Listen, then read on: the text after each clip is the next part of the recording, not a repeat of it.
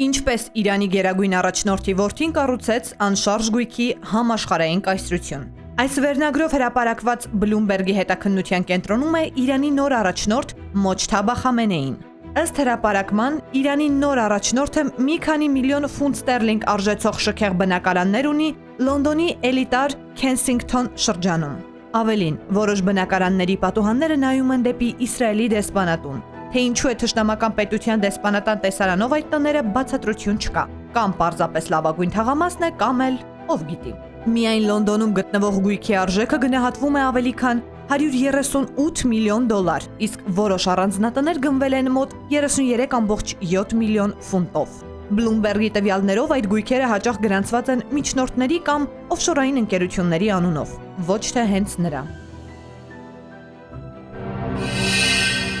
Բաժանորդագրվեք Արմատ մեդիայի ալիքներին YouTube-ում, Facebook-ում, Instagram-ում և Telegram-ում։